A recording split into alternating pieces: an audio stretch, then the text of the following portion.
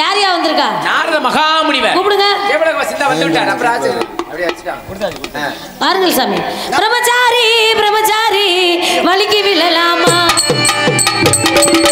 பிரம்மச்சாரி பிரம்மச்சாரி வலிக்கு விழலாமா?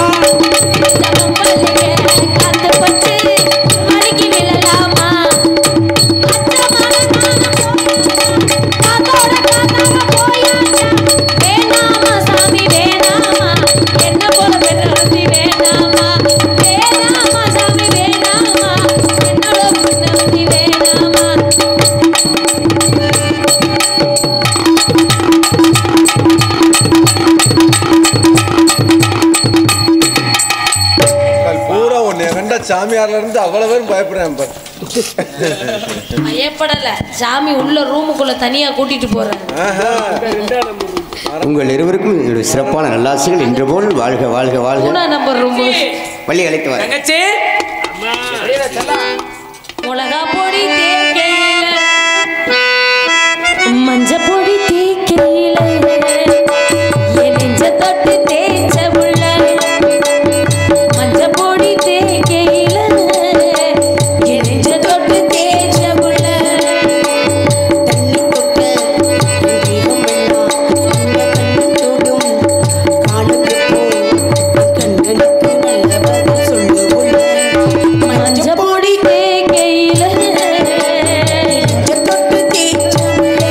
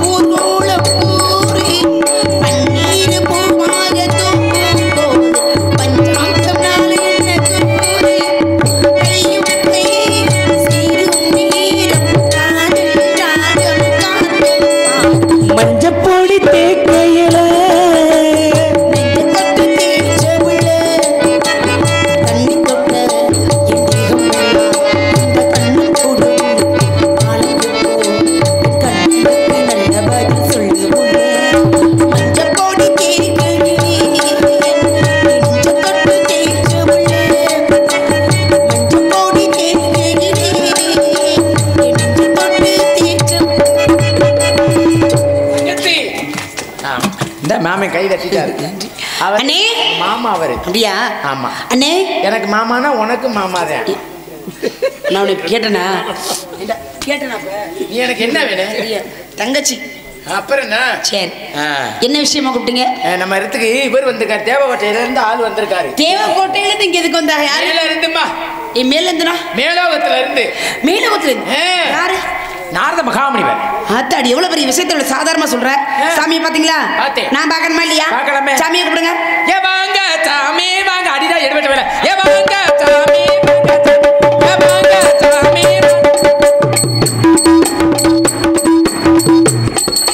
ஆனா வந்ததுல இருந்து மேல காரண்டா சாவு விட்டு நீ தாண்டா சரியான ஆளு. வாங்க ஐயா சாமி. வந்ததுல இருந்து ஆளை மாத்தி மாத்தி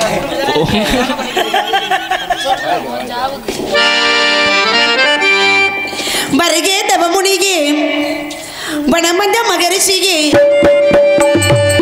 வருகே தவமுனிகே வனமந்த மகரிஷியே. வாழ்வில் வளம் பெறவே மகரிஷியே வளையிடும் வாழ்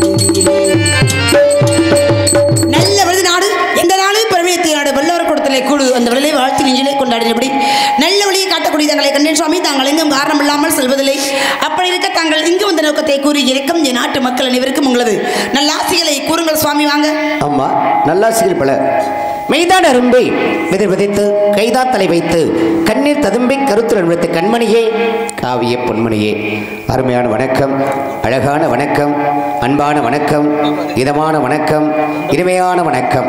இன்றைய வணக்கம் இந்த இடத்தை அலங்கரிக்கக்கூடிய அளவிற்கு அதே அற்புதமாக இருக்கிறது.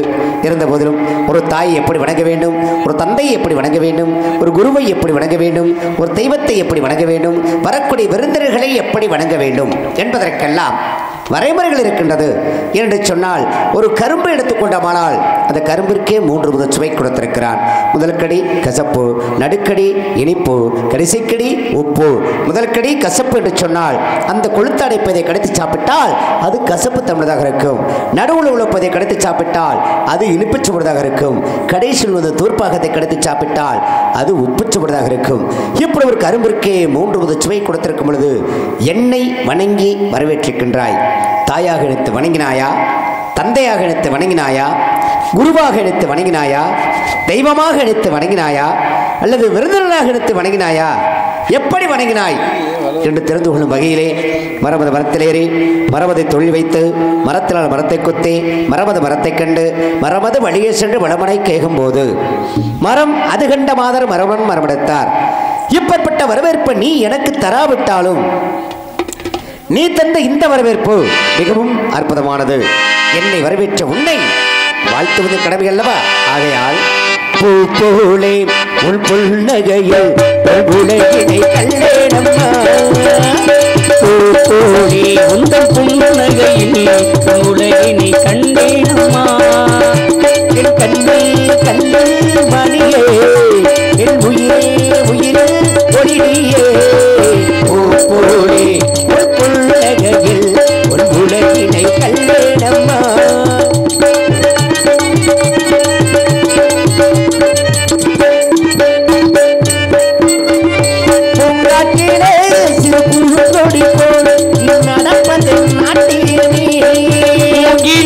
வரும் சங்கீதம் போல் நீ படிப்பது காரியமே,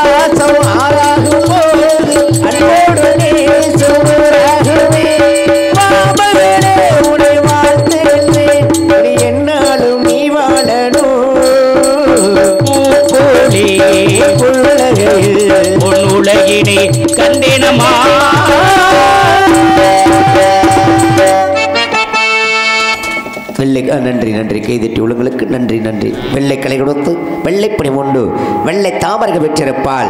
வெள்ளை அரியாசனத்தில் என்னை அரசோடு சரியாசனத்தை வைத்த தாய் என்ன பெருமைக்குரியவளாம் கலைமகள் அருளாள் கவிபாடும் வல்லமை பொருந்திய பெண்மகளே, என் நாங்களத்தின் நன்மகளே, நீ வாழ்க, நின் குலம் வாழ்க, குமரக்கடவ திருவருளால் நீ சிறப்புடன் வாழ்க மகளே. அம்மா உம்முடன் ஒரு சில விவரங்கள் கிட்ட தெரிந்து கொள்ளலாம் நினைக்கின்றேன். இதோ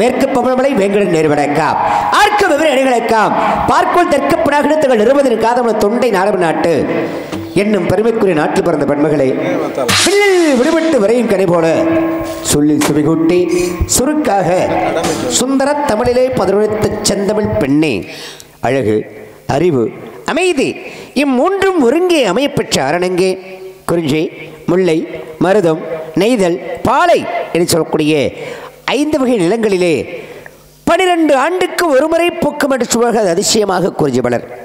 அப்பேற்பட்ட குறிஞ்சி மலர் பொத்துக் கொள்ளும் குமரக்கடவுள் குடிகொண்ட தொண்டை நாடு நல்லது. இன்னும் உங்களிடம் கேட்கலாம். நடந்தது என்ன நடக்க போறது என்ன நடந்து கொண்டிருப்பது என்ற முக்காலங்களையும் முன்னேறக்கூடிய திறமை நாரத மகரிஷி உண்டு. அதே போல மகாவசு மகாலட்சுமி அந்த புறத்துக்கே போய் வரக்கூடிய வல்லமையை படுத்தப்பட்டாங்கள். அப்பேற்பட்ட நாரத மகரிஷி என்னிடம் ஒரு சில விவரங்களை கேட்டு தெரிஞ்சுக்கணும் ஆசைப்படுறேங்க. கேளுங்க. கேட்குற கேள்விக்கெல்லாம் கேள்விக்கு தகுந்தாற் போல பதத்தில் காத்துக்கிட்டே இருக்கேன். யாரை எப்படி வணங்க வேண்டும் அப்படின்னு சொல்றீங்க. ஒரு தந்தையாகப்பட்டவர் எப்படி வணங்க வேண்டும், தாயாகப்பட்டவளை எப்படி வணங்க வேண்டும், தனக்கு கற்றுக் கொடுத்த குருநாதரை எப்படி வணங்க வேண்டும், அதே போல ஒவ்வொரு தெய்வங்களை எப்படி வணங்க வேண்டும் அப்படின்னு முறையெல்லாம் இருக்கு. தன் தாயாகப்பட்டவளை வயிற்றுக்கு நேராக வைத்து வணங்கன்னு சொல்லியிருக்காங்க. காரணம் என்ன அப்படின்னா, தன்னுடைய உயிரை கொடுத்து இந்த உலகிற்கு ஒரு உயிரை கொண்டு வரக்கூடிய பெற்ற தாய். அதனால தாயாகப்பட்டவளை வயிற்றுக்கு நேராக வைத்து வணங்குன்னு சொல்லியிருக்காங்க. தந்தையாகப்பட்டவளை தோளுக்கு நேராக வைத்து வணங்க வேண்டுமா. தன் காணாத உலகத்தை நீ காண வேண்டும் என்று உலகத்தை காட்டக்கூடியவர் தந்தையாகப்பட்டவர். தோல்லையும் மார்லையும் தூக்கி வளர்க்கக்கூடியவர் யார் அப்படின்னா தந்தையாகப்பட்டவர். அதனால் தந்தைக்கு தோளுக்கு நேராக வைத்து வணங்க வேண்டும் அப்படின்னு சொல்லுவாங்க.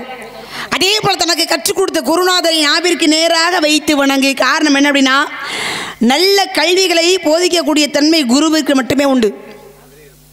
குறி இல்லாத வித்தை குருட்டு வித்தைக்கு சமமாக. ஒரு குரு இல்லாமல் இந்த வாழ்க்கையிலே ஒரு படி கூட முன்னேற முடியாது. அதனால் என்ன பண்ணுமா, நாவிற்கு நேராக நல்ல கல்விகளை போதிக்கக்கூடிய காரணத்தினாலே நாவிற்கு நேராக வைத்து குருநாதரை வணங்குன்னு சொல்லியிருக்காங்க.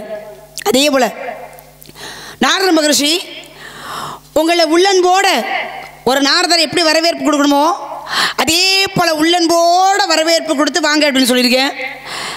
அதே போல் ஒவ்வொரு தெய்வங்களை எப்படி வணங்கணும் அப்படின்னு ஒரு முறை இருக்குது. கோவிலுக்கு போகிறோம், கோவிலுக்கு போனோமா சாமியை கும்பிட்டோமா வந்தோமா அப்படின்றதை விட கோவிலுக்கு போனால் ஒவ்வொரு தெய்வத்தை எப்படி வணங்கணும், ஒரு கோவிலை எத்தனை முறை சுற்றி வரணும், இந்த பரிகாரம் பலன்கள் எல்லாமே சரிவர செய்தால் தெய்வத்தோட அனுகிரகம் நம்மளுக்கு முழுமையாக கிடைக்கும். இது உண்மை. அதே போல் உலகத்தில் இப்போ முருகனை பார்க்கணுமா முருகன் கோவிலுக்கு போகலாம், பிள்ளையாரை பார்க்கணும்னா பிள்ளையார். அதே போல் ஒவ்வொரு தெய்வங்களை பார்க்குறோம்னா ஒவ்வொரு கோவிலுக்கு போகணும். உலகத்தில் எல்லா தெய்வங்களையும் ஒரே இடத்துல பார்க்கக்கூடிய இடம் எது அப்படின்னா காமதேனு என்ற ஒரு பசு. ஒரு பசுவை கும்பிடுங்களே, பசு தானே அப்படின்னு நிறைய பேர் நினைப்பாங்க. அந்த ஒரு பசுவை கும்பிடுங்க, உலகத்தில் உள்ள அனைத்து தெய்வங்களையும் கும்பிட்டதற்கு சமமாக ஒரே இடத்துல பார்க்கக்கூடிய தன்மை பசுக்கு உண்டு. அதே போல் பாருங்கள், உலகத்தில் எல்லா தெய்வங்களையும் நம்ம கையெடுத்து வணங்குவோம். ஆனால் 2 தெய்வங்களை மட்டும் நம்மளை கையெடுத்து வணங்கின மாதிரியே இருக்கும். நம்மளை கையெடுத்து வணங்கும். ஒன்று கருடாழ்வார் அப்படி இருப்பார், கும்பிட்ட மாதிரியே இருப்பார். இன்னொருத்தர் இருப்பார், அனுமனாகப்பட்டவர் இருப்பார். என்ன காரணம் அப்படின்னா, உலகத்தில் இருக்கின்ற பெண்களையெல்லாம் சீதையாகவும் ஆண்களையெல்லாம் ராமராகவும் நினைத்து கொண்டு கையெடுத்து கும்பிட்ற அப்படின்னு என்ன பண்ணார், கையெடுத்து கும்பிட்ட மாதிரியே இருப்பார். வாங்க, நிறைய விஷயம் இருக்குது. அதே போல் பாருங்கள், ராமாயண காலகட்டம் முடிஞ்சிருச்சு. மறு அவதாரம் எடுக்கணும். யார்? ராமராகப்பட்டவர் கிருஷ்ண அவதாரம் எடுக்கணும். அப்போ என்ன பண்ணுறாரு, சொல்கிறாரு அடுத்த அவதாரம் எடுக்கணும், நம்ம போகணும், கிளம்பு அப்படின்னு சொல்லி அனுமன்கிட்ட சொல்கிறாரு, போகணும் வானு. அப்போ அனுமன் சொல்கிறாரு, இங்கே ராமா ராமான்னு சொல்லி ஒழிக்குதுல பூலோகத்தில், இதே மாதிரி அங்கே ஒழிக்குமா, அந்த நாமம் அங்கே கேட்குமான்னு கேட்குறாரு. அப்போ தான் கேட்குறாரு ராமன் சொல்கிறாரு, அங்கே வேறு அவதாரம் எடுக்க போகிறேன், அந்த அவதாரத்தில் எந்த பேர் இருக்கோ அந்த பேர் தான் அங்கே சொல்ல முடியும், இந்த நாமம் அங்கே ஒழிக்காது அப்படின்னு. அப்போ நீங்கள் போங்க, நான் வரல, நான் பூலோகத்திலேயே இருக்கேன்னு சொல்லி தான் பூலோகத்திலே இன்றும் சிரஞ்சீவியாக வாழ்ந்து கொண்டிருக்கிறார் அனுமனாகப்பட்டவர். பார்த்தீங்களா, அந்த ராமா சீதை அந்த 2 பெயர்களை சொல்லி ஆண்களை எல்லாம் ராமராகவும் பெண்களை எல்லாம் சீதையாகவும் வணங்கிக்கிட்டே இன்னமும் நம்ம கூட அப்படியே இருக்கார். அதான் சொல்லுவாங்க, பேசும்போது இந்த ராமாயணத்தை கொஞ்சமாவது பேசணும் அப்படின்னு சொல்லுவாங்க. காரணம் என்ன அப்படின்னா, எங்கேயாவது ஒரு மூலையில் இருந்து அனுமனாகப்பட்டவர் கேட்டுக்கொண்டு இருப்பார் அப்படின்னு உண்மையான விஷயம், இது ஐதீகம் அப்படின்னு. வாங்க சாமி, நீங்கள் என்ன கேட்கணும் அப்படின்னு ஆசைப்படுறீங்களோ கேளுங்க, நான் பதில் சொல்ல கடமைப்பட்டிருக்கேன், என்ன பேசணுமா பேசலாம். நல்ல விஷயம், சிறப்பான கருத்துக்களை சொன்னீங்க, பாராட்டக்கூடிய விஷயம். ஏன்னா ஆஞ்சநேயராகப்பட்டவர் இன்னைக்கு ஸ்ரீராமன் வா போகணும்னு கூப்பிடும் பொழுது, நான் வரல, ராமநாமம் இங்கேயே ஒழிக்கிறேன் கேட்டுக்கிட்டே இருக்கேன்.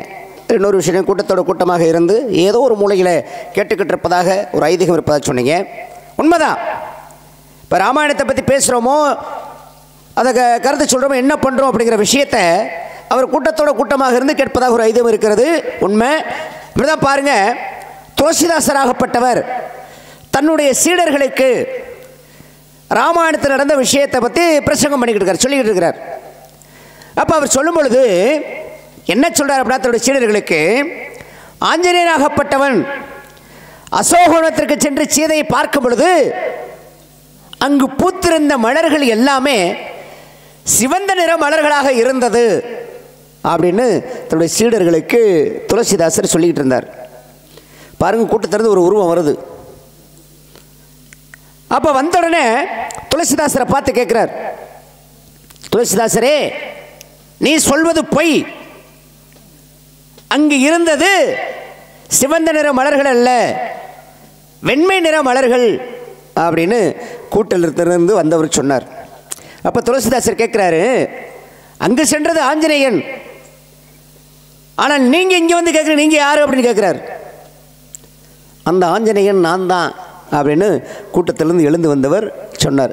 இப்படி பொய் சொல்லக்கூடாது, அங்கே உண்மையிலே இருந்தது வெண்மை நிற மலர்கள் அப்படின்னு ஆஞ்சநேயர் சொல்றார். துளசிதாசர் என்ன சொன்னார், கிடையாது, அங்கு இருந்தது சிவந்த நிற மலர்கள் அப்படின்னு அவர் சொல்றார். 2 பேருக்கும் வாக்குவாதம், பிரச்சனை. சரி, இதுக்கு தீர்வு சொல்லணும், யார்கிட்ட போகலாம் அப்படின்னு சொல்லும் பொழுது, ஆஞ்சநேயனாகப்பட்டவன் இதுக்கு ஸ்ரீராமச்சந்திரமூர்த்தியிடமே தீர்ப்பு கேட்கலாம் அப்படின்னு சொல்லி ஆஞ்சநேயன் ராமனை நினைக்கின்றார். ராமனும் அங்கே காட்சி கொடுக்கின்றார். அப்போ இந்த விஷயத்தை சொல்றாங்க, ராமா, அசோகவனத்திற்கு சென்று நான் பார்க்கும் பொழுது அங்கு இருந்தது வெள்ளை நிற மலர்கள் தான் பூத்திருந்துச்சு, ஆனால் அந்த துளசிதாசர் பொய் சொல்றாரு, சிவந்த நிற மலர்கள் அப்படின்னு. இதை எப்படி ஏற்றுக்கொள்ள முடியும் அப்படின்னு ஆஞ்சநேயர் ராமனை பார்த்து கேட்கிறார். அப்போ ராமன் சொன்னார், ஆஞ்சநேயா, அவர் சொல்வதும் உண்மைதான், நீ சொல்வது உண்மைதான் அப்படின்னார். ஆஞ்சநேயருக்கு புரியலை, என்னடா இது, போனது நம்ம தான், பார்த்தது நம்ம தான், ஆனால் அவர் சொல்கிறது உண்மை, நம்ம சொல்கிறது உண்மைங்கிறாரு, என்ன காரணம்? சரி, ஸ்ரீராமன்ட்டே கேட்போம் சொல்லி ராமனிடம் கேட்கின்றார்கள். அப்போ தான் ராமன் சொன்னார், ஆஞ்சநேயா, அங்கே இருந்தது உண்மையிலேயே வெள்ளை நிற மலர்கள் தான், அதற்கு மாற்று கருத்தே கிடையாது. ஆனால் நீ அசோகவனத்திற்கு போகும்போது எப்படி சென்றாய்? இலங்கைக்கு சென்று இலங்கையவே அந்த நகரத்தை தீக்கு இரையாக்கிவிட்டு கோபத்தோடு நீ அசோகவனத்திற்கு சென்றாய். பொறுத்தவரை கோபம் வந்துருச்சு அப்படின்னாலே என்னாகும், கண்ணு சிவந்துரும். கிராமங்களில் பழமொழி சொல்லுவாங்க, காமாலக்காரன் கண்ணுக்கு கண்டதெல்லாம் மஞ்சள் அப்படின்னு. இப்போ மஞ்சள் காலம் மாமாவில் ஒருத்தருக்கு வந்திருக்கு அப்படின்னா அது பார்க்குற பொருள் பூராமே மஞ்சளாக தெரியுமா? அது மாதிரி உன்னுடைய பார்வை கோபமாக நீ இருந்த காரணத்தினாலே இலங்கையை எரித்து விட்டு கோபத்தோடு போன அந்த கோபம் வந்துருச்சுன்னா கண்ணு சிவந்துடும். அப்போ அந்த நேரத்தில் உன்னுடைய கண்கள் சிவப்பாக இருந்தது. அப்போ அந்த பார்வைக்கு அந்த வெண்மையிலே எப்படின்னா வெள்ளை நிறம் சிவந்த நிறமாக தெரிந்தது. அப்போ துளசிதாசர் சொன்னதும் உண்மைதான் அப்படின்னு ஸ்ரீராமச்சந்திரமூர்த்தி இருவருக்கும் தீர்ப்பு சொன்னாராம். அது மாதிரி ஒரு குருவை தேடி 2 மாணவிகள் வருகின்றார்கள். முதலாவதாக ஒரு பெண் வந்து கேட்குறா, ஐயா, என்னை உங்களுடைய மாணவியாக ஏற்றுக்கொள்ளுங்கள் அப்படின்னு கேட்குறான். அப்போ தான் அவர் சொன்னார், உண்மை என்னுடைய மாணவியாக நான் ஏற்றுக்கொள்ள வேண்டுமானால் உமக்கு ஒரு போட்டி வைப்பேன், தேர்வு வைப்பேன். அந்த தேர்வில் நீ தேர்ச்சி பெற்றால் உன்னை என்னுடைய மாணவியாக நான் ஏற்றுக்கொள்கிறேன் அப்படின்னார். அவருக்கு சொல்லி முடிச்சோன்னா அடுத்து இன்னொரு பெண் வந்தா, ஐயா என்னையும் உங்களுடைய மாணவியாக ஏற்றுக்கொள்ளுங்க அப்படின்னா, உமக்கும் ஒரு தேர்வு வைப்பேன், அந்த தேர்வில் நீ வெற்றி பெற்று விட்டால் உன்னையும் என்னுடைய மாணவியாக நான் ஏற்றுக்கொள்கிறேன் அப்படின்னு அந்த ஆசிரியராகப்பட்ட சொன்னார். சொன்னது மாதிரி 2 பேருக்கும் போட்டி ஆரம்பிக்கிறார். முதலாவதாக வந்த பெண்ணை அழைக்கின்றார். அம்மா, நீ நமது தோட்டத்திற்கு சென்று, வீட்டிற்கு பின்னால் உள்ள தோட்டத்துக்கு சென்று அங்கு உள்ள மரத்தில் ஒரு கனி பறித்து வா, ஒரு மாம்பழம் பறித்து வா அப்படின்னு சொல்லி அனுப்பி வச்சார். இந்த பெண்ணு போனவன் என்ன பண்ணா, போன கொஞ்ச நேரத்திலே கொஞ்சம் பழங்களை பறித்து கொண்டுக்கிட்டு வந்து குருவிட்ட கொடுத்துட்டான். அடுத்ததாக 2வது இருக்கக்கூடிய பெண்ணை அழைக்கின்றார். அம்மா, நீ நமது தோட்டத்திற்கு சென்று வீட்டுக்கு பின்னால் உள்ள மரத்தில் பழங்களை பறிச்சுட்டு வா அப்படின்னு 2வது வந்த பெண்ணையும் அனுப்பி வைக்கின்றார். அவள் போன பெண் என்ன பண்ணா, கனியை பறித்து கொண்டு சற்று காலதாமதமாக வந்தா. குருவிடத்தில் கொண்டு வந்து அந்த கனியை கொடுத்தா. அவர் பார்த்தார், நீதான் எனக்கு தகுந்த மாணவி அப்படின்னு 2வதாக, அதுவும் தாமதமாக வந்த மாணவியை தன்னுடைய மாணவியாக ஏற்றுக்கொண்டார். இதற்கு என்ன காரணம் அப்படின்னா, அந்த பெண்ணுக்கு ஒன்றும் புரியலை. என்னடா இது, முதல்ல போனவளும் நம்மளை போன்ற ஒரு பழத்தை தானே பறித்து வந்து கொடுத்தா, நாமளும் பழம் தானே பறித்து வந்து கொடுத்துருக்கோம். ஆனால் அந்த பெண்ணை விடுத்து நம்மை மாணவியாக தேர்ந்தெடுத்திருக்கின்றாரே, இதற்கான காரணம் என்ன, ஒன்றும் புரியலையே அப்படின்னு அந்த பெண் திகைத்து போய் இருக்கின்றார். சரி, நம்ம சந்தேகத்தை நம்ம குருவிட்டே கேட்டுக்கிறோம் அப்படின்னு குருவிடத்திலே போய் அந்த பெண்ணாகப்பட்ட 2வதாக கனி பறித்த வந்தவள் கேட்கின்றார். அப்போ தான் அவர் சொன்னார், அம்மா வேற ஒன்றும் இல்லை, இவர் அங்கே நடந்த விஷயங்களை தன்னுடைய ஞான திருஷ்டியால் பார்த்து கொண்டார். அப்போ குருவை பார்த்துக்கார், முதலாக வந்தவங்களும் கனியத்தானே பறிச்சு வந்தால் நானும் கனியத்தானே பறிச்சு வந்து கொடுத்தேன், ஆனால் அவளை விடுத்து என்னை மட்டும் உங்களுடைய மாணவியாக தேர்ந்தெடுத்ததுக்கான காரணம் என்ன, எனக்கு ஒன்றும் புரியவில்லை ஐயா, சொல்லுங்க அப்படின்னா. வேற ஒன்றும் இல்லைம்மா, முதலாவதாக போனவள் போன உடனே கனியை கொண்டு வந்து கொடுத்துட்டா, இதிலிருந்து என்ன தெரிகிறது, அவளுக்கு சுயநலம் இருக்கின்றது.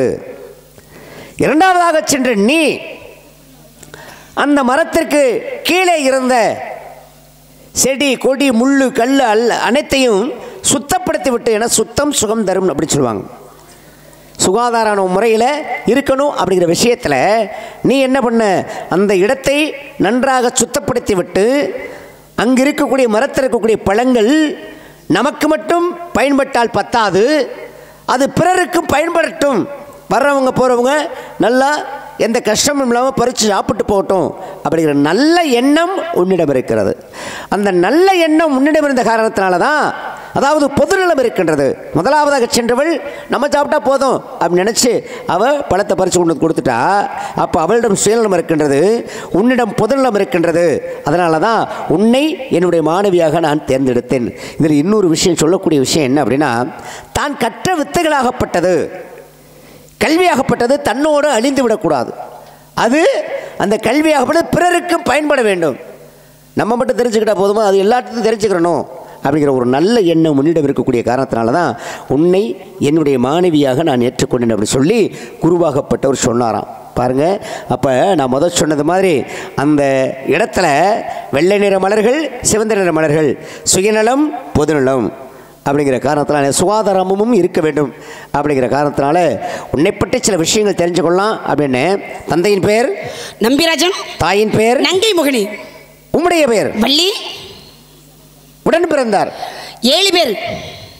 இங்கே எதற்காக வந்திருக்கின்றீர்கள்? காவலுக்கு. என்ன காவல்? திணை காவல். என்ன திணை? கருந்தினை செந்தினை.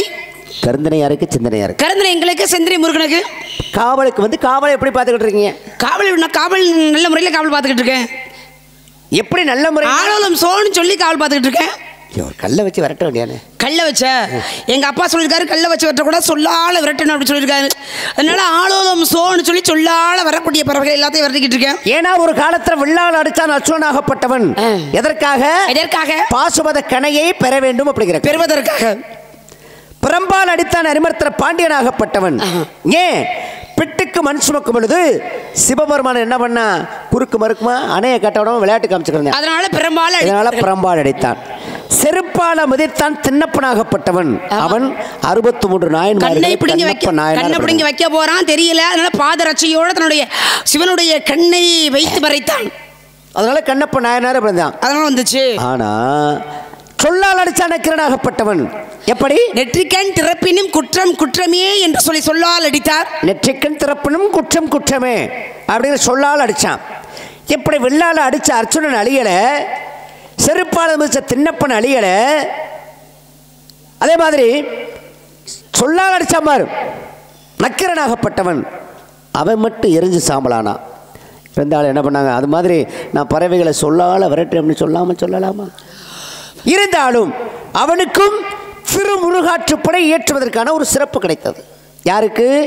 நக்கீரனுக்கு. எப்படி கிடைத்தது, என்ன காரணம் அப்படி எண்ணி பார்க்கும் பொழுது திரும்ப 33 கோடி தேவர்களும் 44 ரிஷிகள் வேண்டிய காரணத்தினால தமிழ் பிளவன் நக்கீரனாகப்பட்டவன் அவனை மீண்டும் உயிர்ப்பித்து கொடுங்க அப்படி சிவனும் கேட்ட காரணத்தினாலே பொற்றாமரை குளத்திலிருந்து மீண்டும் நக்கீரனை வெளிக்கொண்டு வந்து கொடுத்தார் சிவனாகப்பட்டவர். அப்போ சிவன் வெளியே கொண்டு வர சிவனை மட்டுமே வணங்கிட்டு இருந்தான். சிவனை மட்டுமே வணங்குவேன், வேற யாரையும் நான் வணங்க மாட்டேன் அப்படின்னு நக்கீரனாகப்பட்டு சிவனை மட்டுமே வணங்கிட்டு இருந்தார். அப்போ இந்த முருகப்பெருமான் என்ன பண்ணாரு, நக்கீரனை நாம் வணங்க வைக்க வேண்டும் அப்படிங்கிற காரணத்திற்காக தேவலோகத்திலிருந்து ஒரு பூதத்தை கூட்டிட்டு வர்றார். அது ஒரு பெண் பூதம். பூதம்னா கண்ணுக்கு தெரியுமா? தெரியாது. ஒரு பூதத்தை அழைத்து வருகின்றார். அந்த பூதம் ஒரு குறிக்கோள் வச்சிருக்க லட்சியம். என்ன லட்சியம் அப்படின்னா, சிவ நிந்தை எவர் செய்கின்றார்களோ, சிவ துரோகம் எவர் செய்கின்றார்களோ, சிவபூசை செய்து கொண்டு போய் தவறுகள் எவர் செய்கின்றார்களோ அவர்களை பூரா பிடிச்சிக்கிட்டு வந்து ஒரு குகையில் அடைச்சிரும். 1000 பேர் வந்துட்டாங்க அப்படின்னா அந்த தவறு சிவ நிந்தை செய்தவர்கள் நாம் சாப்பிடலாம் அப்படிங்கிற ஒரு எண்ணத்தோட குறிக்கோளோட இந்த பூதம் என்ன பண்ணுது, சிவபூசை செய்யும்போது தவறு செய்தவர்களை ஒவ்வொருத்தலாக பிடிச்சிட்டு கொண்டு வந்து திருப்பரங்குன்றத்தில் உள்ள ஒரு குகையில் அடைக்குது. இப்படி என்ன பண்ணுச்சு அப்படின்னா 999 பேரை கொண்டு வந்து அடைச்சிருச்சு. இன்னும் ஒரு ஆள் வேணும். என்ன பண்ணுது, இந்த பூதம் ஒரு ஆளை தேடி அலையுது. அந்த நேரத்தில் நக்கீரனாகப்பட்டவன் திருப்பரங்குன்றத்தில் சரவண பொய்கையில் சிவபூசை சிவனை நினைத்து பூசை செய்து கொண்டிருக்கிறார். பார்த்துச்சு இந்த பூதம். அங்கே இருக்கிற ஒரு மரத்தில் வந்து உட்காந்துச்சு. நக்கீரர் பூசை செஞ்சுக்கிட்டு இருக்கிறார். மேலே இருந்து அந்த மரத்தில் இருந்து ஒரு இலையை பறித்து கீழே போட்டுச்சு. கீழே போட்டது அந்த இலை என்ன பண்ணுச்சு அப்படின்னா பாதி தண்ணியிலையும் பாதி கரையிலையும் இருந்துச்சு. இந்த தண்ணிக்குள்ள இருக்கிற பாதி இலை மீனாக மாறி இருக்கு, இந்த கரையில் இருக்கிற இலை ஒரு பறவையாக மாறி இருக்கு. இந்த பறவையும் மீன் என்ன பண்ணுது, தண்ணிக்குள்ள இழுக்குது, பறவை கரையில் இழுக்குது. இப்படி ரெண்டும் மாற்றி மாற்றி இழுத்துக்கிட்டு இருக்கிறத பார்க்குறாரு நக்கீரனாகப்பட்டவர். ஆஹா, ஒரு வித்தியாசமான ஒரு ஜீவனாக இருக்கே, பாதி மீன் பாதி பறவை, இதில் இப்படி உலகத்தில் ஒரு அதிசயமான ஒரு ஜீவனாக இருக்கே அப்படின்னு சொல்லி பார்த்துக்கிட்டே இருந்தவர் என்ன பண்ணார், பூசை செய்கிறத மறந்துட்டார். இதுதான் தக்க தருணம் என்று எதிர்பார்த்து கொண்டிருந்த இந்த பூதம் என்ன பண்ணுச்சு, நக்கீரனை தூக்கிட்டு போயிடுச்சு. நக்கீரனை கொண்டு போய் அந்த குகையில் அடைக்குது. அங்கே எத்தனை பேர் இருக்காங்க, 999 பேர் இருக்காங்க. அவங்க பார்க்குறாங்க நக்கீரனை. பார்த்தோன்னே அவங்க நக்கீரனை பேச திட்ட ஆரம்பிச்சிட்டாங்க. என்ன காரணம் அப்படின்னா, அப்போ அவங்க சொல்கிறாங்க, பாவி சண்டாளா, நீ வந்துட்ட, இதுக்கு முன்னால் அந்த பூதமாகப்பட்டது எங்களுக்கு வேண்டிய பதார்த்தங்களை கொடுத்து, பழவகைகள் கொடுத்து, காய்கனிகள் கொடுத்து, எல்லாத்தையும் கொடுத்து சும்மா கொழு கொழு கொழு கொழு கொழு கொழு கொழுன்னு எங்களை வளர்த்து வச்சுருந்துச்சு. நீ வந்த இப்போ எங்கள் உயிர் போக போகுது அப்படின்னு சொல்லி நக்கீரனை பார்த்து இதுக்கு ஏதாவது நீங்கள் வழி பண்ணணும் அப்படின்னு அதாவது அந்த 999 பேரும் நக்கீரனை திட்டுறாங்க, இதுக்கு ஏதாவது ஒரு வழி பண்ணு அப்படின்னு. இந்த பூதம் கொண்டாந்து நக்கீரனை விட்டுட்டு அது குளிச்சுட்டு வர்றதுக்காக போயிடுச்சு. போயிட்டு வந்து நம்ம 1000 பேர்த்தையும் 1000 பேர் வந்துருச்சு சாப்பிடலாம் அப்படின்னு சொல்லி அது போயிடுச்சு. இந்த பூதம் யார் அப்படின்னா கற்கிமிகி என்று ஒரு பெண் பூதம், அதோடைய பேர் கற்கிமிகி. அப்போ போன பூதம் போயிடுச்சு, இதுக்கு என்ன வழி பண்ணலாம் அப்படின்னு எல்லாரும் திட்டமும் நக்கீரன் என்ன பண்ணார், முருகப்பெருமானை வேண்டினார். அப்போ முருகன் என்ன பண்ணா, அந்த பூதத்தை அழித்து விட்டு நக்கீரனோடு சேர்த்து இந்த 1000 பேரையும் காப்பாற்றினான். அந்த நேரத்தில் நக்கீரனுக்கு திருமுருகாற்றுப்படை ஏற்றுவதற்கு அடி எடுத்து கொடுத்தான். இப்படி விஷயங்களா இருக்குங்க, விஷயங்களா இருக்கு. அனுமனாகப்பட்டவரை பற்றி பேசுனீங்க. சொல்லின் செல்வன் சொல்லுவாங்க. சொல்லின் செல்வன் யார் அப்படின்னா அனுமனாகப்பட்டவன். காரணம் என்ன அப்படின்னா ஒரே வார்த்தையில சொன்னார், கண்டேன் சீதையை அப்படின்னு. அதே போல பாருங்க, மகாபாரதத்திலே தூது போனார். யாரு? கிருஷ்ணனாகப்பட்டவர் தூது போனார். பாண்டவர்களுக்காக கௌரவர்கள்ட்ட போறாரு. துரியோதனை பார்க்க போய் சொல்றாரு, துரியோதனா தேவையில்லாத விஷயம்டா, பங்காளி சொத்து எடுக்க கூடாது, அவங்களுக்கு சேர வேண்டியதை கொடுத்துரு அப்படின்னு சொல்றாங்க. எவ்வளோ சொல்றாரு, கேட்க மாட்டேங்கிறாங்க. எச்சரிச்சாரு, எச்சரிச்சுட்டு வந்துட்டாரு. அதே போல பாருங்க, வீரபாக தேவர் போனார். யாருக்கு? சூரபதுமன்ட்டு, முருகனுக்காக. முருகன் கையில் அழிவை தேராத சூரபதுமா, இப்படியே இருந்துக்கிட்டா உனக்கு நல்லது அப்படி என்ன பண்ணாரு, எச்சரிச்சாரு. எச்சரிச்சுட்டு வந்துட்டாரு. ஆனால் அனுமனாகப்பட்டவர் என்ன பண்றாரு, ஏந்து போறாரு இலங்கைக்கு. போய் என்ன பண்றாரு, ராவணேஸ்வர மரியாதை கொடுக்கல, அப்படியே சிம்மாசனத்தில் அமர்ந்திருக்கான். வந்தவரை வாணிச்சொல்ல அனுமனாகப்பட்டவனை பார்க்கிறாரு அனுமன். நீ மட்டும்தான் சிம்மாசனத்தில் மேலே உட்கார முடியுமா அப்படின்னு சொல்லி தன்னுடைய வாளை சுருட்டி ராவணேஸ்வரனை விட உயரத்தில் உட்கார்ந்தார் அனுமனாகப்பட்டவர். சொன்னார், வரும்போது சும்மா வரல, எல்லோரும் சென்று எச்சரித்து விட்டு வந்தார்கள். ஆனால் அனுமன் மட்டும் என்ன பண்ணாரு, போயிட்டு வாளில் தீ வச்சுட்டாங்க, தீயை வச்சுடுவோம் அப்படின்னு. வரும் பொழுது பாதி இலங்கையவே அழிச்சிட்டு வந்துட்டார். அப்பேற்பட்டவர். இன்னொருத்தர் சொல்லுங்க, நக்கீரராகப்பட்டவர். பெண்ணை வணங்க மாட்டேன் என்று குறிக்கோளோடு இருந்தவர். அதே போல இன்னொருத்தர் இருந்தார். யார் அப்படின்னா பிரிங்கி முனிவர். அவர் என்ன பண்றாரு, பெண்களை வணங்க மாட்டேன் அப்படின்னு சக்தியை வணங்க மாட்டார். வருவார் தினந்தோறும், சிவனை மட்டுமே வலம் வருவார், சுற்றுவார், வணங்குவார், போயிடுவார். இந்த அம்மா கேட்டாங்க, இங்கே நானும் உங்கள் கூட தானே இருக்கேன், அவர் பாட்டுக்கு வர்றாரு, உங்களை வணங்குறாரு, அவர் பாட்டுக்கு போகிறாரு, ஏன் என்னை வணங்க மாட்டேங்கிறாரு அப்படின்னு சொல்லி. அப்போ தன்னுடைய சிவனுடைய தன்னுடைய இடது பாகத்தை தன்னுடைய சரி பாதி வாங்கிக்கிட்டு நிற்கிறாங்க. இப்போ 2 பேரும் சேர்ந்து நிற்கிறோம். ஒரு உருவத்தில் பாதி பாதி ஒன்று சேர்ந்துருச்சு. அப்போ வரக்கூடியவர் இனிமேல் வேறு வழி இல்லை, 2 பேரும் சேர்த்தானே விளங்கணும், நான் தான் உங்கள் கூட இருக்கனே அப்படின்னு என்ன பண்ணுறாங்க, தன்னுடைய இடது பாகத்தை வாங்கி கொண்டு மறுபடியும் பிரிங்க முடிவு வர்றாரு, காட்சி கொடுக்குறாங்க. பார்த்தாரப்ப அப்போ என்ன பண்ணுறாரு, அப்போ தான் ஒரு வண்டாக மாறுறாரு. ஒரு வண்டாக மாறி அப்போ அப்படியே நெஞ்சில் துளையிடாரு. அப்போ துளையிட்டு அப்போ மட்டும் என்ன பண்ணுறாரு, அப்பவும் சிவபெருமானை மட்டுமே சுற்றி விளம்புறாரு, சிவபெருமானை கும்புறாரு, போயிடுறாரு. அந்த பார்த்தாங்க சக்தி. உடம்புல ஒரு மனிதன் இயங்கணும் அப்படின்னா சக்தி வேணும். சக்தி இல்லாமல் அந்த உலகம் இயங்குமா? உடம்பு இருக்குது, சந்தம் என்ற உடம்பு இருக்குது, சக்தி இருந்தால் தான் நடக்க முடியும், பேச முடியும். அப்போ சக்தி இருந்தாதனால இப்படி இவ்வளோ மண்டக்கணம் பண்ணுற அப்படி என்ன பண்ணுறாங்க, உடம்புல உள்ள சக்தியை எடுத்துட்டாங்க. சக்தி இருக்கிற சக்தி இருக்கிறனால தான் என்னை விட்டு சிவபெருமான் அவரை மட்டும் சுற்றி இருக்க. அப்போ உடம்புல சக்தி இல்லை அப்படின்னாக்கா எதையுமே பண்ண முடியாது உன்னால அப்படின்னு சக்தியை எடுத்துடுறாங்க. அப்போ பார்த்தாரு, அப்போ தான் தன்னுடைய பக்தனாச்சே அப்படி என்ன பண்ணுறாரு, ஒரு கோளை கொடுக்கிறார் சிவபெருமான்.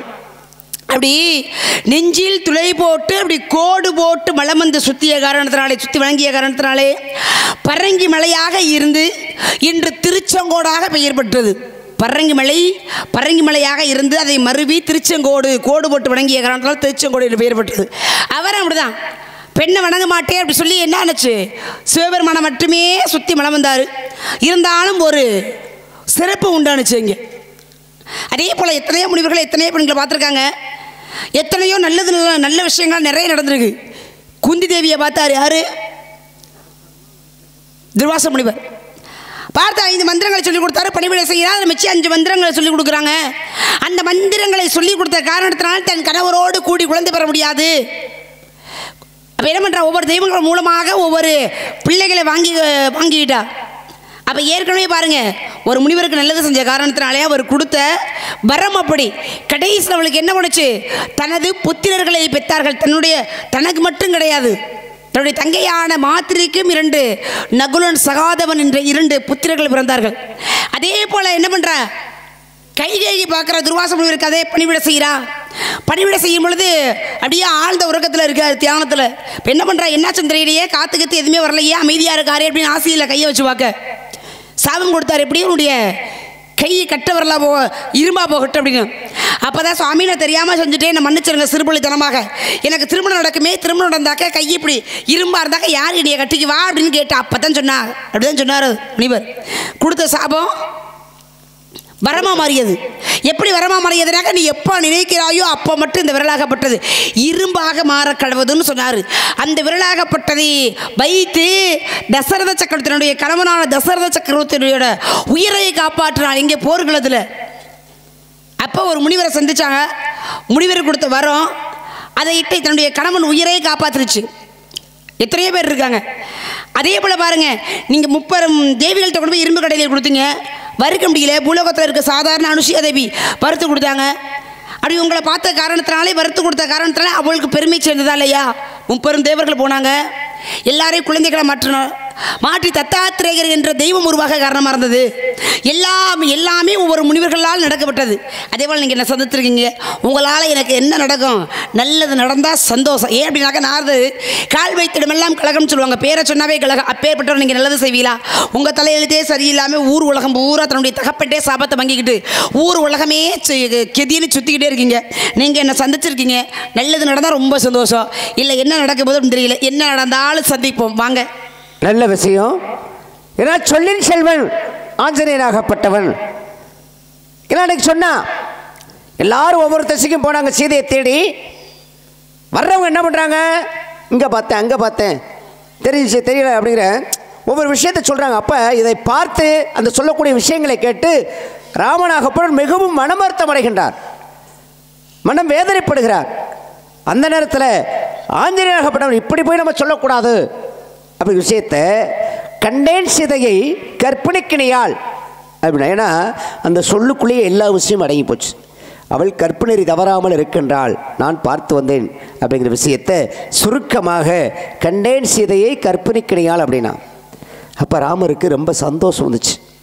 அதே மாதிரி பாருங்க, துஷ்யந்தனாகப்பட்டவன் கண்வ மகரிஷியுடைய ஆசிரமத்துக்கு நுழைகிறான். அங்கே ஒரு அழகான பெண். அவள் யார் அப்படின்னா சகுந்தலையாகப்பட்டவள். இந்த சகுந்தலை எங்கே இருக்கின்றாள்? அந்த பெண்ணை பார்த்த உடனே துஷ்யந்தனாகப்பட்டவன் அவள் மீது ஆசைப்படுகிறான். அப்போ அவளை பார்த்து, பெண்ணே உன் மீது நான் ஆசைப்படுகிறேன், நாம் திருமணம் செய்து கொள்ளலாமா அப்படின்னு கேட்குறான். அவளும் சம்மதம் கொடுத்தாள். இருவரும் காந்தர்வம் மனம் புரிந்து கொண்டார்கள். சில நாட்கள் அங்கிருந்து கடமையில் ஈடுபட்டு இருந்தார்கள். அதே துர்வாச முனிவராகவங்க வர்றாரு. இவர் வர்றதை கவனிக்கலை. 2 பேரும் மோகத்தில் ஆழ்ந்த காரணத்தினால கவனிக்காமல் இருந்த காரணத்தில் அவர் என்ன பண்ணார், நான் வருவதை அறியாமல் நீங்கள் மோகத்தில் இருக்கக்கூடிய காரணத்தினால இன்று முதல் துஷ்யந்தா நீ அவளை மறக்க கடவுள் அப்படின்னு சொல்லி சாபத்தை கொடுத்துட்டார். அப்போ துஷ்யந்தா என்ன பண்ணா, சில நாட்கள் வந்துட்டு நாட்டுக்கு போயிட்டான், மறந்துட்டான். இவள் நிறைவாத கற்பனையாக இருக்கின்றாள். சில காலங்களில் அவளுக்கு ஒரு அழகான ஆம்பளை பிள்ளை பிறந்துச்சு. பரதன் அப்படிங்கிற பெயரிட்டு சீரோடும் சிறப்போடும் அந்த குழந்தையை வளர்த்து வந்தாள். எல்லா வித கலைகளையும் கற்றுக் கொடுத்து அந்த குழந்தையை வளர்த்து வருகின்றாள். அந்த பரதன் என்று சொல்லக்கூடிய, அதனால தான் இந்த நாட்டுக்கு பரதகண்டம், பாரத நாடு அப்படிங்கிற ஒரு பெயர் ஏற்பட்டுச்சு. அப்போ ஒரு நாள் அவன் அப்பா யாருன்னு கேட்கும் பொழுது, மகனே வாடா அப்படி சொல்லி துஷ்யந்த மன்னுடைய அவைக்கு அழைத்து செல்கின்றாள் பரதனை. அப்போ அங்கே அழைத்து சென்று என்ன சொன்னா, ஆஞ்சநேயன் எப்படி சொல்லின் செல்வன் கண்டேன் சீதையை கற்பனைக்கிளையால் என்று சொன்னாரோ அதை போன்று இவள் என்ன சொன்னா அப்படின்னா, துஷ்யந்தனுடைய அவையில் போய், மகனே பரதா உன்னுடைய தந்தையை வணங்கிக் கொள் அப்படின்னா. மகனே பரதா உன்னுடைய தந்தையை வணங்கிக் கொள்ளம்னா அப்போ இவள் தாய் அவன் தந்தை என்பதை சொல்லாமல் சூசகமாக சொல்கின்றாள். அப்போ சொன்ன உடனே துஷ்யந்தனுக்கு கோபம் வந்துருச்சு. நீ யாரு, உன்னை யாருன்னு எனக்கு தெரியாது, நீ ஏதோ ஏமாத்த பார்க்குறா அப்படி சொல்லி துஷ்யந்தனாகப்பட்டவன் சகுந்தலையை அவையிலிருந்து விரட்டி விட்டான். அதன் பிறகு அவள் என்ன பண்ணா, தன்னுடைய தந்தையாகப்பட்ட விஸ்வாமித்திர மகரிஷிடம் சென்று முறையிட்டாள். விஸ்வாமித்திரனா சாதாரண ஆள் கிடையாதுங்க. ராச ரிஷி என்ற பட்டத்தை பெற்றவன். திரிசங்கு என்று சொல்லக்கூடிய மன்னனுக்கு தனியாக அந்தரத்திலே ஒரு சொர்க்கத்தை அமைத்து கொடுத்தவர் யார் அப்படின்னா விஸ்வாமித்திரராகப்பட்டவர்.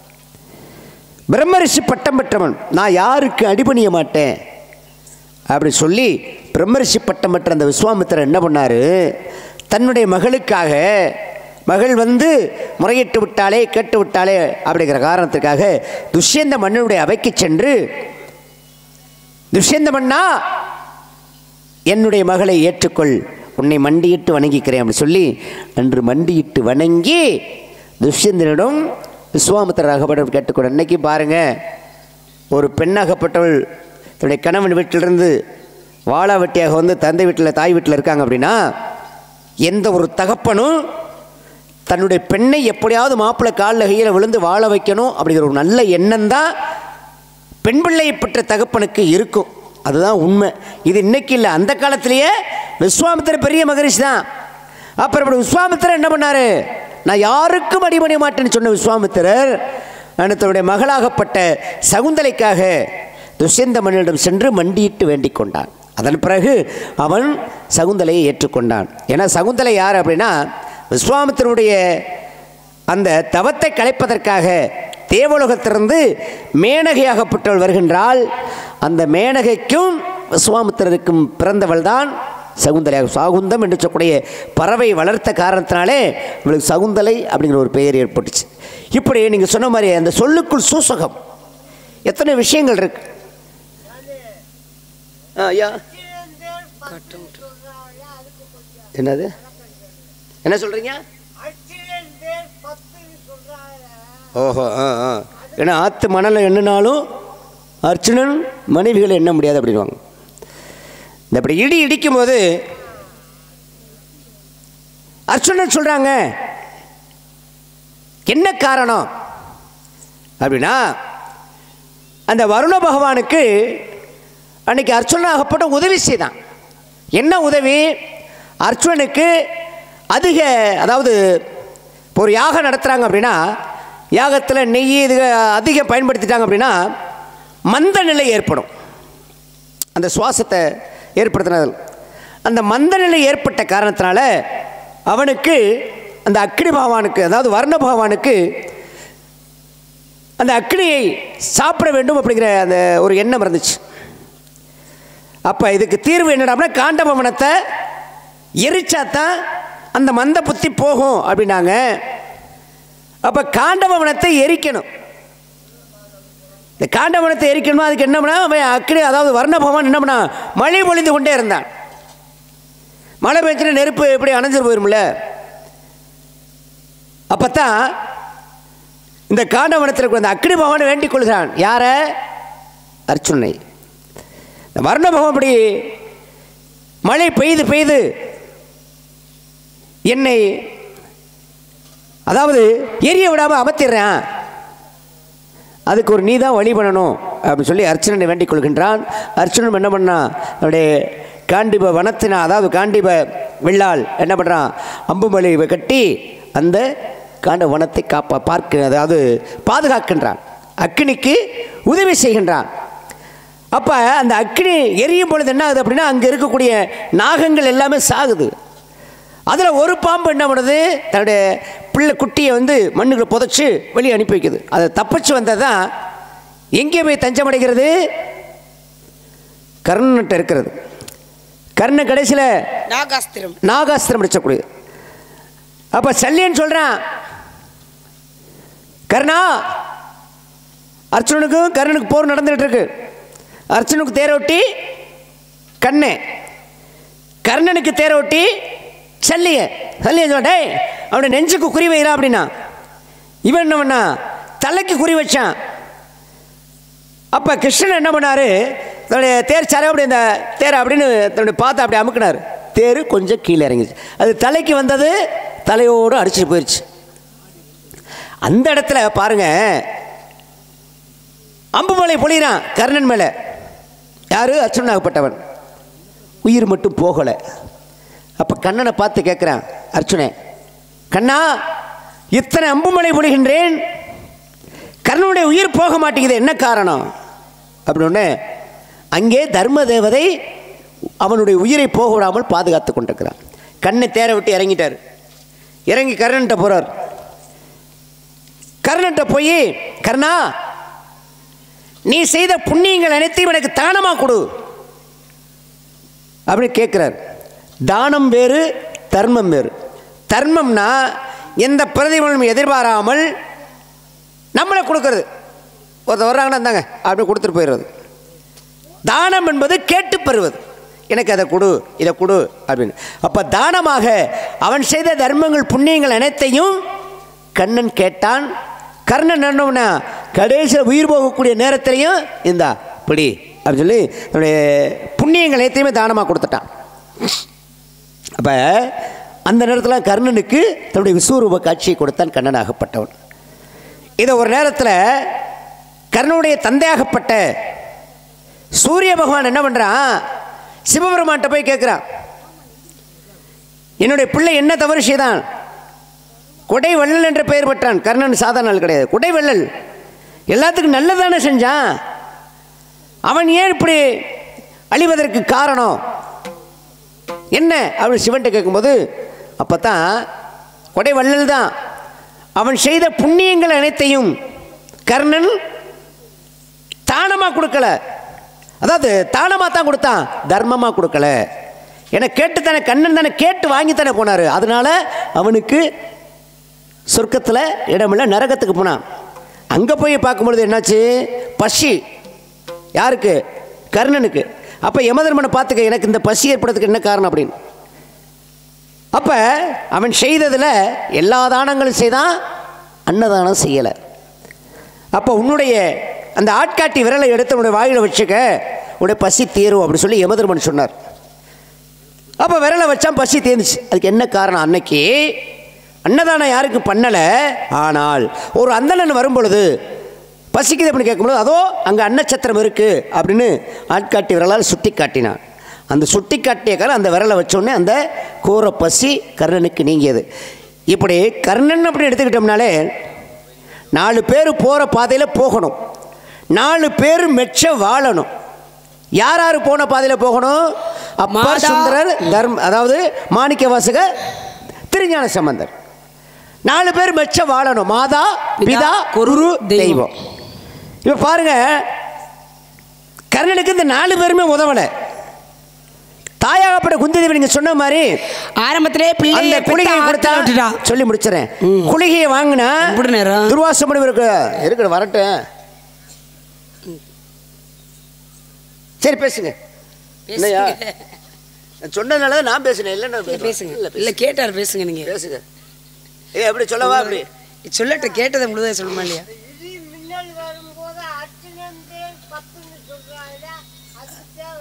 அந்த இடி வரும்போது தான் நான் இவ்வளோ காரணம் சொன்னேன். அதுக்கு அன்னைக்கு அர்ச்சுனாகப்பட்ட என்ன பண்ணா, அந்த காண்டவனத்தை எரிக்கும்போது அக்னிக்கு உதவி பண்ணான் இல்லையா? அப்போ அந்த நேரத்தில் அந்த வர்ண பகவானப்பட்டவன் இடி மின்னல் எல்லாமே அதுக்கு தலைவன் யார் அப்படின்னா வர்ண பகவான். அப்போ இவன் அந்த கோட்டைக்கு, அதாவது அம்பாலே அம்புமலையை வைத்து அந்த வனத்தை பாதுகாத்தான்ல, அக்னிக்காக உதவி பண்ணான்ல, அதனால தான் அந்த வர்ண பகவான் அர்ச்சுனை கண்டால் பயப்படுவான். அப்போ இடி இடிக்கும் பொழுது ஏதாவது அர்ச்சுனன் செய்து விடுவானோ என்னமோ அப்படிங்கலாம், அர்ச்சுனை பேரை சொன்னால் அந்த இடியோ மின்னலோ தாக்காது. அதுக்கு தான் அவன் அன்னைக்கு அக்னி பகவானுக்கு நல்ல ஒரு உதவி பண்ணான். அட நாராயணா, அதுக்கு தான் சொன்னேன் வா. ஏன்னா அது அந்த காரணம் அதுதான். அன்னைக்கு அக்னி பகவானுக்கு உதவி, வர்ண பகவானை எதிர்த்தான். அப்போ வர்ண பகவான் பயந்தான். அப்போ அர்ச்சுனை பேரை சொன்னால் இடி மின்னல் தாக்காதவன் பயந்து போயிடுவாங்க. இதில் கர்ணன் மிகப்பெரிய கொடைவள். ஆனால் இந்த கர்ணனுக்கு 4 பேருமே உதவலை. குந்திதேவாகப்பட்ட என்ன பண்ண, நீங்கள் சொன்ன மாதிரி அன்னைக்கு அந்த வரத்தை வாங்கினா குளிகை கொடுத்தான் துர்வாச முனிவர். முதலாவதாக இது பழிக்குமா பழிக்காத சோதிச்சு பார்ப்போம்னு சொல்லி சூரிய பகவானை நினைத்தால் சூரியன் வந்தான். பெண்ணே என்னை அழைத்த காரணம் என்ன அப்படின்னா, ஐயோ நம்ம செஞ்சது தப்பாக போச்சே, நினச்சா வந்துட்டாரே அப்படி நினச்சி, சரி நான் வந்துட்டேன், உனக்கு ஒரு குழந்தைய கொடுக்காம நான் போக மாட்டேன், இந்த அப்படி அப்படி சொல்லி இந்த கர்ணம் என்றால் கன்னம், இந்த கன்னத்திலிருந்து ஒரு குழந்தையை கொடுத்துட்டு சூரிய பகவான் போயிட்டார். அப்போ இந்த குந்திதேவியாகப்பட்டவன் என்ன பண்ணா, இந்த குழந்தை வெளியில் தெரிஞ்சால் நமக்கு எதுவும் அவமானம் ஏற்பட்டுடும், ஊரில் உள்ளவங்க தவறாக நினச்சிடுவாங்க, என்னமோ ஏதோ அப்படின்னு நினச்சி ஒரு துணியை சுற்றி ஒரு பேழையில் வச்சு ஆற்றுல அனுப்பி வச்சுட்டான். ஆற்றோடு போயிட்டான் கர்ணன் குழந்தை. அப்போ அதை அதிரதன் என்று சொல்லி ஒரு தேரொட்டியாகப்பட்டு எடுத்து வளர்க்குறான். அந்த இடத்துல இந்த தாயாகப்பட்ட குந்தி தேவி கர்ணனை ஆற்றோட விட்டுட்டா, உதவலை. அதற்கப்புறம் இந்த சூரிய பகவானாகப்பட்டவன் தந்தையாகப்பட்டவன் எத்தனையாவது பிள்ளைகளுக்கு ஒரு வித்தை இதுகளை கற்றுக் கொடுக்கணும். அவன் எதுவுமே செய்யலை கர்ணனுக்கு, அவனை அப்படியே விட்டுட்டு போயிட்டான். மூன்றாவதாக தாய் தந்தையை காட்ட வேண்டும், தந்தை குருவை காட்ட வேண்டும், குரு தெய்வத்தை காட்ட வேண்டும். குருவாகப்பட்ட பரசுராமன் என்ன பண்ணார் அப்படின்னா, பரசுராமனை குருவாக ஏற்றுக்கொண்டு கர்ணன் போய் வில்வித்தை கற்றுக்கொண்டிருக்கிறான். அப்போ பரசுராமன் கர்ணனுடைய தொடையில் தலை வைத்து தூங்கிக்கிட்டு இருக்கிறார், கர்ணன் உட்கார்ந்துருக்கிறார். சரி குரு தூங்குறாரு, நம்ம பாதுகாப்பாக இருப்போம் அப்படின்னு. அப்போ இவனை கர்ணனை எப்படியும் காட்டிக் கொடுக்க வேண்டும் அப்படிங்கிற காரணத்திற்காக இந்திரனாகப்பட்டவனே ஒரு ராட்சச புழுவாக மாறி கர்ணனுடைய ஒரு தொடையை ஒரு புறத்தில் தொலைத்து மறுபுறம் வெளியில் வந்தான். அங்கே குருதி வெள்ளம் ஆறா போய்கிட்டு இருக்கு. பார்த்தான் பரசுராமன் துயில் எழுந்து பார்க்குறார், என்னடா இது வெறும் ரத்த வெள்ளமாக கிடக்கு, இதுக்கு என்ன காரணம்? ஒரு அந்தணன் இப்படி தாங்கிக் கொள்ள மாட்டானே, ஒரு சத்திரியனுக்கு அல்லவா இப்படி இதை தாங்கக்கூடிய சக்தி வெள்ளமே இருக்கும் அப்படின்னு நினச்சி கர்ணனை பார்த்துக்கிட்டே, கர்ணா நீ உண்மையிலே அந்தணனா, இப்படி பொறுத்து கொண்டிருக்கிறாயே இந்த வேதனையே, அப்போ நீ அந்தனாக இருக்க முடியாது, சத்திரியனாகத்தான் இருக்கும், அதனால் நீ கற்ற வித்தைகள் அனைத்தும் களத்திற்கு உதவாமல் போட்டும், எந்த காலத்தில் உனக்கு உதவாதரா அப்படி சொல்லி குருவாகப்பட்ட பரசுராமன் கர்ணனுக்கு சாபத்தை கொடுத்துட்டான். சரி கடைசியாக குருவுக்கு அடுத்து இருக்கக்கூடிய தெய்வம், அதுதான் நான் முதல்ல சொன்னேன், அந்த தெய்வமாகப்பட்ட கண்ணன் அண்ணா கடைசியில் அச்சனும் அம்பமலை போய் பொழுது போய் நீ செய்த புண்ணியங்கள் எல்லாத்தையுமே எனக்கு தானமாக கொடுறா அப்படின்னு சொல்லி அந்த புண்ணியத்தை பூரா வாங்கி கண்ணனாகப்பட்டவன் கர்ணனுக்கு உதவி செய்யலை. பார்த்தீங்களா, 4 பேர் உதவி செய்ய, ஒரு மனிதனுக்கு யார் யார் உதவி செய்யணுமோ உதவி செய்ய வேண்டியவங்க யாருமே செய்ய முடியல. அதனால நீங்கள் அடைந்தக்கூடிய பருவம் பேதை பதுமை மங்கை மடந்தை அறிவை தெளிவை பேரும் சொல்லக்கூடிய 7 வகை பருவம். நான் அடைந்திருக்கக்கூடிய பருவம் 3வது பருவமான மங்கை பருவம். உடைய பருவத்துக்கும் உருவத்துக்கும் தகுந்த மாதிரி உனக்கு மாப்பிள்ள, எனக்கு மாப்பிள்ள சொல்லுங்க. நீங்களா பார்த்துட்டு வந்திருக்கமா? பார்த்து வந்திருக்கீங்களா? எனக்கு மட்டும்தான் மாப்பிள்ளை பார்த்து வந்திருக்கீங்களா? இல்ல உங்க வேலையே தானா? எல்லாருக்கும் அப்படிலாம் கிடையாதுமா, உனக்கு தான் பார்க்க முடியும். ஆமா, நல்ல மாப்பிள்ளையா? நல்ல மாப்பிள்ளை. படிச்சிருக்காரா? படிச்சிருக்காரு. நல்ல அழகா இருக்காரா? அழகான வீடு வாசம் இருக்கா?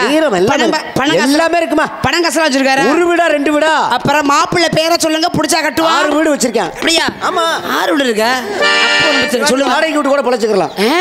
அல்ல மாப்பிள்ளை பேர், அந்த மாப்பிள்ளை யார் தெரியுமா? அவன் தான் முருகப்பெருமான். மாப்பிள்ளை பிடிக்கல பிடிக்கல பிடிக்கல பிடிக்கலன்னு சொன்ன காரணத்தால அல்ல பகல இந்த அவசகனை விடுத்து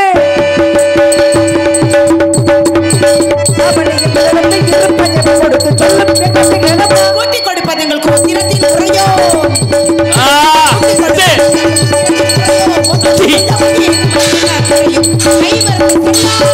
யாரை பார்த்து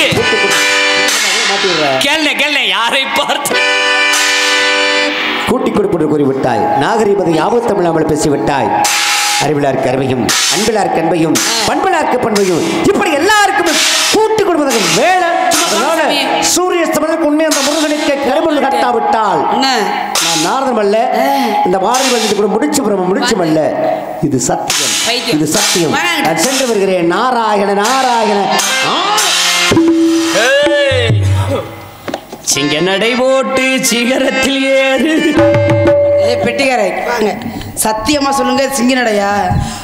சிங்க நடதாமா, நடக்க முடியாம போறாரு சிங்க நடையா? அப்படி இல்ல, அந்த முள்ளு நெறிஞ்சு முள் நிறைய கிடக்கு. செல்வரசனே, தங்கச்சிக்கு கல்யாணம் கல்யாணம் ரொம்ப வேதனையா இல்ல கல்யாணம் சொன்னா வேதனையா இருக்கா? எனக்கு சந்தோஷப்படமா இருக்கா இல்லையா? பனிக்கு எனக்கே சரி இல்ல ஒரு அண்ணன் சரி தங்கச்சி முதல்ல கட்டி கூட பார்க்கலாம் உனக்கு. ஆமா முருகா என்னை மன்னித்து சீக்கிரம் உன் தரிசனத்தை காண வேண்டும் முருகா. உன்னைய கட்டி கொடுத்துட்டு நாங்க என்ன பண்றது? அப்புறம் என்ன செய்ய போற நீ வச்சு? எங்களோடய இல்ல ஒரு மனுஷன் கட்டி கொடுத்தா பாப்பேன் அண்ணே, நான் வேற மாதிரி கட்டி கொடுத்தா பாப்பேன், ஏன்னா நான் கூட்டிட்டு ஓடி சாலி அந்த மாடு படுத்து